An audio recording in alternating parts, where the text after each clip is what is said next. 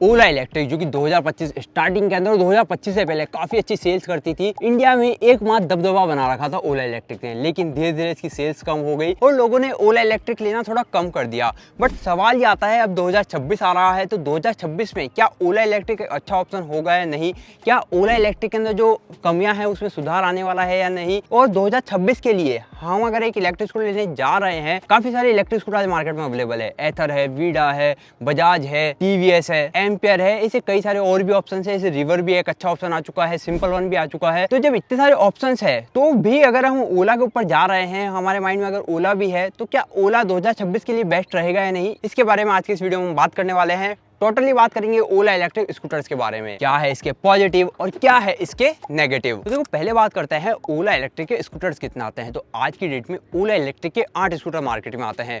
ओला S1 X series के अंदर 3 model, ओला S1 X plus का 1 मॉडल और ओला S1 प्रो सीरीज के अंदर 2 मॉडल। और अब तो रिसेंटली ओला S1 pro plus 5.3 kilowatt battery pack भी डिलीवर होने लगा है, तो वहाँ पे भी हमारे को 2 मॉडल देखने को मिलता है। तभी हमारे को चैन ड्राइव PMS मोटर देखने को मिल जाती है। और पीक पावर ओला S1 X के अंदर 7 किलोवाट की मिलती है। S1 X प्लस के अंदर आपको 11 किलोवाट की मिलती है। ओला S1 प्रो सीरीज के अंदर आपको 11 किलोवाट की ही मिलती है। ओला S1 प्रो प्लस सीरीज के अंदर आपको 13 किलोवाट की पीक पावर मिलती है। तो अगर आप 2 किलोवाट बैटरी पैक वाला लोगे तो उसके अंदर आपको 108 किलोमीटर की IDC रेंज मिलेगी।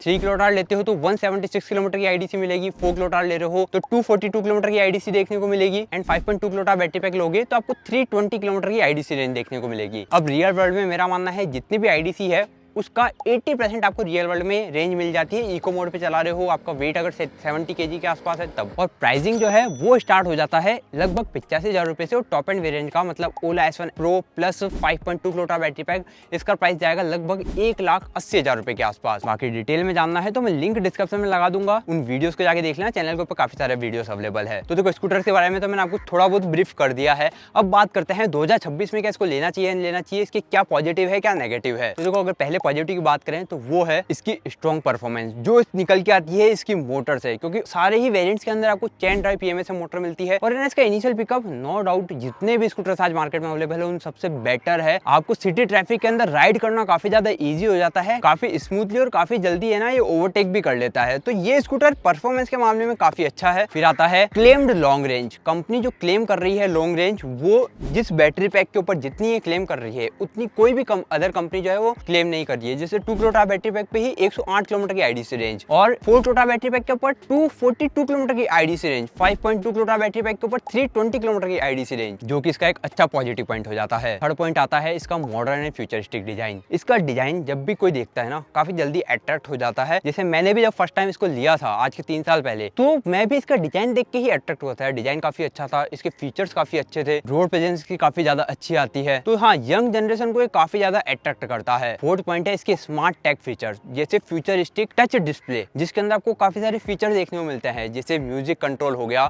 आपको मैप भी इसके डिस्प्ले में ही चल जाएगा। जियो फेंसिंग, साउंड वाला सिस्टम, जैसे इसके अंदर स्पीकर्स लगे हुए हैं तो उससे आप साउंड प्ले कर सकते हो। पार्टी मोड यूज करके इसकी लाइट्स को भी आप है ना अपनी पार्टी के हिसाब से सेट कर सकते हो, ये म्यूजिक के हिसाब से चलेगी। वहीं इसके राइडिंग मोड्स, इनके सॉफ्टवेयर अपडेट जो टाइम टू टाइम आते रहते हैं, जो आपके डिस्प्ले को कभी भी ओल्ड फील नहीं कराएंगे। एंड फाइनल पॉइंट जो कि हर इलेक्ट्रिक व्हीकल के अंदर सबसे ज्यादा ये कह सकता हूँ पॉजिटिव पॉइंट ये है, वो है लो रनिंग कॉस्ट। एक इलेक्ट्रिक स्कूटर के अंदर हमेशा जो रनिंग कॉस्ट है पेट्रोल के मुकाबले 10 टाइम्स चीपर ही होती है। जैसे अगर ये 25 से 30 पैसे में पर किलोमीटर चल रही है तो एक पेट्रोल स्कूटर को चलाने में लगभग आपको 2.5 से 3 रुपए देने पड़ते हैं। और अभी तो जैसे ही E20 फ्यूल के अंदर शिफ्ट हुआ है तो जितने भी स्कूटर, जितने भी व्हीकल E20 फ्यूल के ऊपर कंपेटेबल नहीं थे उनकी रेंज तो और कम हो गई है, मतलब उनकी जो माइलेज है वो और कम हो गया है। तो उसके मुकाबले EV एक ज्यादा बेटर ऑप्शन है कि फ्यूल में कभी भी चेंजेस आ सकता है, आपका जो माइलेज है वो कभी भी कम हो सकता है, लेकिन इलेक्ट्रिक के अंदर आपको अच्छी परफॉर्मेंस और अच्छी रेंज मिलेगी। हाँ, ये जरूर है 3 साल 5 साल बाद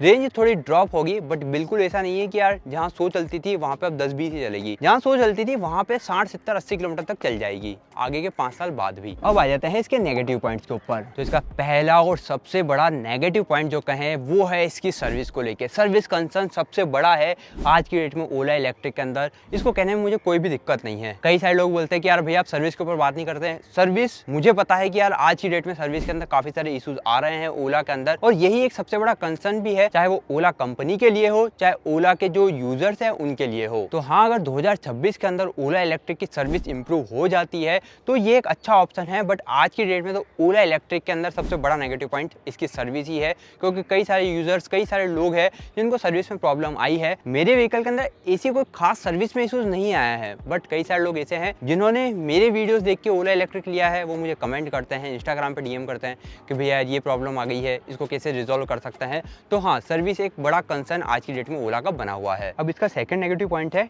इसके अंदर ना ग्लिचेस काफ़ी सारे हैं। जैसे जो डिस्प्ले है वो फास्टली कभी कभी काम नहीं करता है। जैसे अभी मैं इसको कर रहा था तो यहाँ पे आपको देखा होगा हल्का सा ग्लिच आया, कुछ सेकंड का टाइम लिया, उसके बाद ये यहाँ पे अगला जो इसका पेज है या फिर क्या है अगली जो स्लाइड है वहाँ पे ये मूव हुआ। जैसे अभी भी नहीं हुआ है ना, अब हुआ। तो ये कुछ इसके सॉफ्टवेयर बग्स भी इसके नेगेटिव पॉइंट के अंदर हम कह सकते हैं कि यार ये जो बग्स है ये अभी भी इतने इंप्रूव नहीं हुए हैं।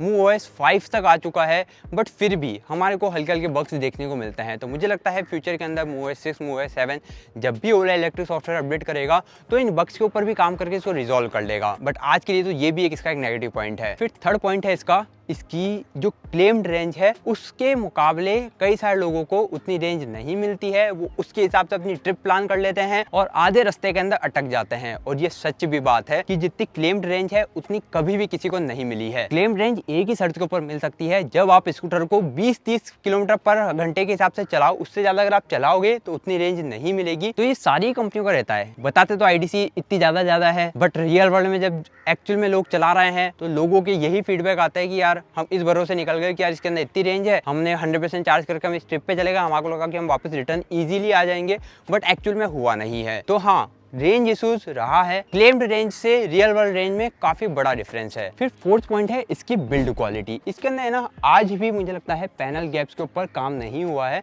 पैनल गैप्स अभी भी इसके अंदर हमारे को नजर आते हैं।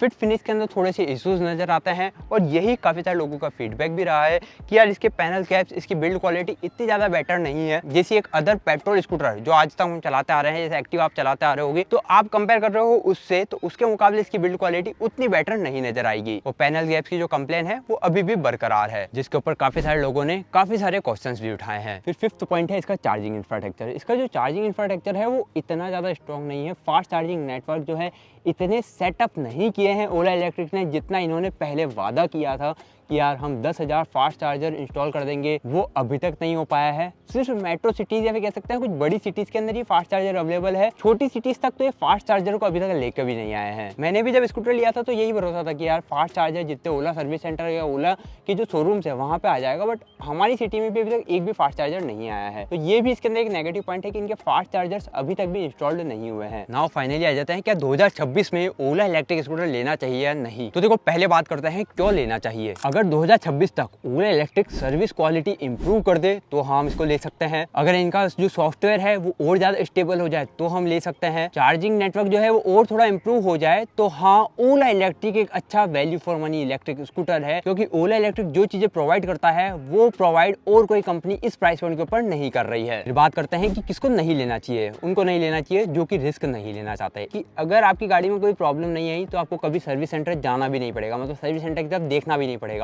बट अगर कोई प्रॉब्लम आ गई, सर्विस सेंटर चले गए, तो आपको थोड़ी बहुत रिस्क लेनी पड़ सकती है। आपके स्कूटर को आपको 1 महीने 2 महीने खराब भी करना पड़ सकता है। हालांकि ओला इलेक्ट्रिक काम कर रहा है हाइपर सर्विस के ऊपर भी, बट हाँ उसके इंप्रूवमेंट अगर आते हैं तो एक अच्छा ऑप्शन हमारे लिए ओला बन जाएगा। पर फिलहाल जो रिस्क नहीं लेना चाहते हैं उनके लिए थोड़ा सा इशू है ओला को लेके। वहीं दूसरा पॉइंट है, अगर आप डेली लॉन्ग राइड करते हो, मतलब 300-400 किलोमीटर तक भी जाते हो, तो ओला इलेक्ट्रिक तो क्या कोई भी इलेक्ट्रिक स्कूटर आपके लिए नहीं है। और उसके अलावा किसको नहीं लेना चाहिए? जिनके लिए रिलायबल सर्विस मोस्ट इंपॉर्टेंट है, या फिर ये कहें जिनको एक स्ट्रॉन्ग बिल्ड क्वालिटी वाला मजबूत स्कूटर चाहिए जिसकी सर्विस भी अच्छी मिले और आपको इसे टच फीचर्स इस तरीके की झंझट नहीं चाहिए, तो आप अदर ऑप्शंस भी देख सकते हो। ओला के भी ओला S1 X वगैरह देख सकते हो। एंड अगर आप लोग रूरल एरियाज में रहते हो, ऐसी सिटीज में रहते हो जहाँ पे ओला की सर्विस बेटर नहीं है, फिर ओला का सर्विस नेटवर्क वहाँ पे अवेलेबल नहीं है, तो उन लोगों को भी अभी ओला इलेक्ट्रिक या किसी भी ऐसे स्कूटर से बचना चाहिए जिनकी सर्विस नेटवर्क वहाँ पर अवेलेबल नहीं है। जिसका भी सर्विस सेंटर या सर्विस नेटवर्क आपकी सिटी, आपकी स्टेट में अवेलेबल हो, आपकी सिटी, आपकी आपके एरियाज में अवेलेबल हो